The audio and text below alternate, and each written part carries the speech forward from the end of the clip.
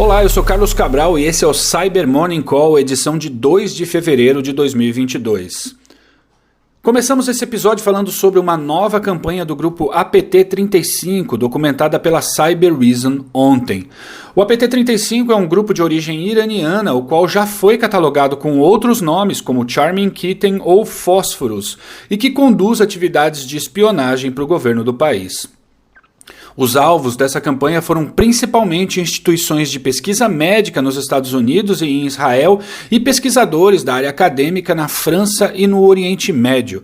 Dentre as recentes características do arsenal do APT35, os pesquisadores identificaram o uso de um backdoor escrito em PowerShell, apelidado como Powerless, o qual ainda não havia sido documentado em qualquer estudo anterior sobre o grupo e que foi desenvolvido não só para cumprir com a sua função de backdoor, ou seja, de oferecer um acesso oculto para o atacante, mas também para suportar o download de outros módulos, como os que coletam tudo que é digitado ou aqueles que roubam dados sensíveis.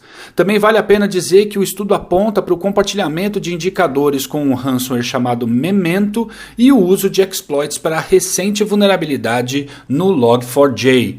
Outro estudo publicado pela mesma empresa ontem dá conta de um novo Trojan de acesso remoto chamado Streetwater, desenvolvido por outro grupo iraniano chamado Moses Staff, o qual também está envolvido em ataques com objetivos políticos.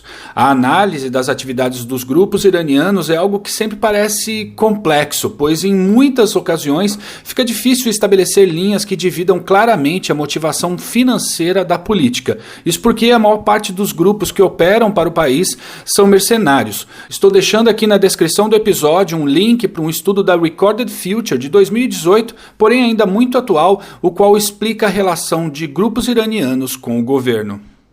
E a Sophos publicou ontem os detalhes de uma nova campanha de um infostealer e backdoor chamado Solar Maker. A fase inicial do processo de infecção é baseada na publicação de conteúdos em sites previamente comprometidos, os quais passam por um tratamento usando técnicas de SEO ou Search Engine Optimization, com o objetivo de colocá-lo no topo dos resultados dos mecanismos de busca, como o Google.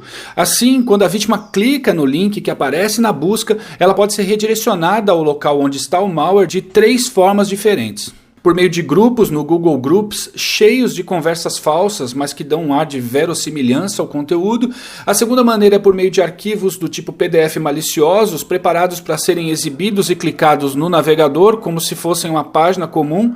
E a terceira é por meio de páginas de sites comprometidos, em que a vítima deve baixar e executar o PDF malicioso. Destaque também para o método de persistência que usa um arquivo NNK, um arquivo de link, na página de startup do Windows, o qual remete a uma pasta cheia de arquivos inúteis, dispostos lá para confundir quem analisa, mas que em meio a eles está a ameaça. E ontem também foi publicado por um pesquisador independente que assina como Export os detalhes sobre uma família de malware apelidada como Mars Stealer e que vem sendo comercializada em fóruns russos desde meados do ano passado. A ameaça foi desenvolvida para coletar credenciais de acesso de diversas aplicações nos dispositivos infectados, desde navegadores até aplicativos de corretoras de criptomoedas. Segundo a análise, o Mars Stealer é uma variante do InfoStealer OSCE, cujo desenvolvimento foi interrompido abruptamente em julho de 2020. Atualmente, a ameaça está sendo comercializada em fóruns do underground por aproximadamente $160. E uma nova campanha de phishing que usa arquivos do tipo CSV foi recentemente detectada pelo pesquisador Chris Campbell. Os arquivos CSV ou Comma Separated Values são arquivos no formato texto com dados separados por vírgula, os quais podem ser importados para o Excel. O que há de notável nessa campanha é que dentro do CSV é uma chamada no formato interpretado pelo Windows Management Interface Command, ou WMIC, que é um mecanismo em linha de comando do Windows Management Instrumentation, o qual, por sua vez, é um mecanismo usado por vários programas para Windows para automatizar diversas tarefas.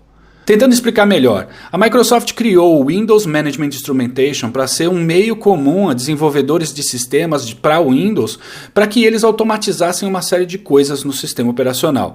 Mas também era necessário ter um suporte para enviar comandos no formato do Windows Management Instrumentation.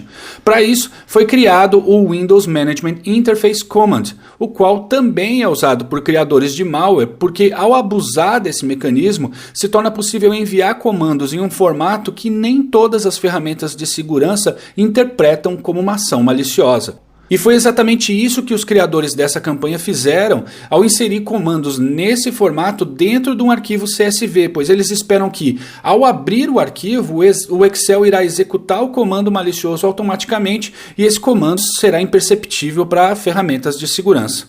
Em ataques bem-sucedidos, a ameaça instala o malware Bazaar Backdoor vinculado ao grupo TrickBot. Eu gostaria de finalizar essa edição falando mais uma vez do TrickBot, isso porque uma reportagem muito interessante publicada ontem pela Wired trata do dia a dia dos operadores dessa ameaça. Uma quadrilha que é denominada pelo jornalista Matt Burgess como uma gangue de ransomware, o que pode soar um pouco estranho para quem acompanha o grupo desde 2016, quando o TrickBot foi documentado pela primeira vez.